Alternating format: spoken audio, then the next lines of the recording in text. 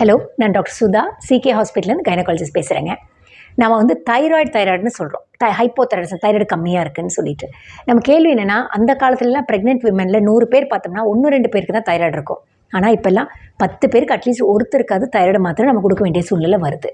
இந்த தைராய்டு உண்மையிலேயே இத்தனை தேவையா, இல்லை நாமளே அது அதிகப்படுத்தி காமிக்கிறோமானா? டெஃபினெட்லி உண்மையிலேயே இது தேவை. ஏன் அப்படின்னு கேட்டால், தைராய்டுங்கிறது உச்சந்தலையிலேருந்து உள்ளங்கால் வரைக்கும் ஒவ்வொரு உறுப்புகளும் வேலை செய்யறதுக்கு அந்த தைராய்டுங்கிற ஹார்மோன் தேவை. அது 100%க்கு பதிலாக 70-80% இருக்கும் பட்சத்தில் அப்போ நம்ம என்ன பண்ணணும்னா, அந்த உறுப்புகளும் தன்னுடைய வேலைப்பட குறைக்க வாய்ப்பு இருக்குது. ஸோ மாசமாக இருக்கும்போது நம்ம தைராய்டு மாத்திரை சாப்பிட்றோன்னா அப்போ வாழ்க்கை பூரா சாப்பிட்டே இருக்கணும். நோ, மாசமாக இருக்கும்போதும் குழந்தைக்கு வந்து பால் கொடுக்கும்போதும் தைராய்டுடைய தேவை அதிகமாகுது, அதனால் பத்த மாட்டேங்குது.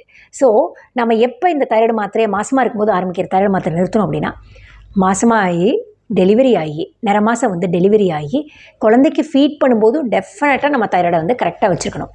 ஃபீட் பண்ணி எல்லாம் முடிச்சதுக்கப்புறம் ஒன்ஸ் ஃபீடிங் நிறுத்தினதுக்கப்புறம் நம்ம வந்து ஒரு 1 மந்த் மாத்திரை எடுக்காமல் இருந்து செக் பண்ணி பார்க்கணும். அப்போ தைராய்டு எப்படி இருக்குன்னு அதுக்கு தகுந்தாப்படி அதுக்கு மேலே கன்டினியூ பண்ணுமா வேணாமாங்கிறது டிசைட் பண்ணணும்.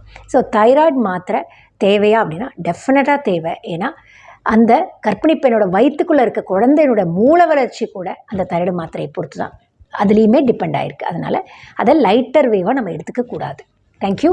உங்களுக்கு ஏதாவது சந்தேகம் இருந்தால் கமெண்ட் செக்ஷனில் இது ரெஸ்பாண்ட் பண்ணுங்கள், நாங்கள் உங்களுக்கு ஆன்சர் பண்ணுறோம். தேங்க்யூ.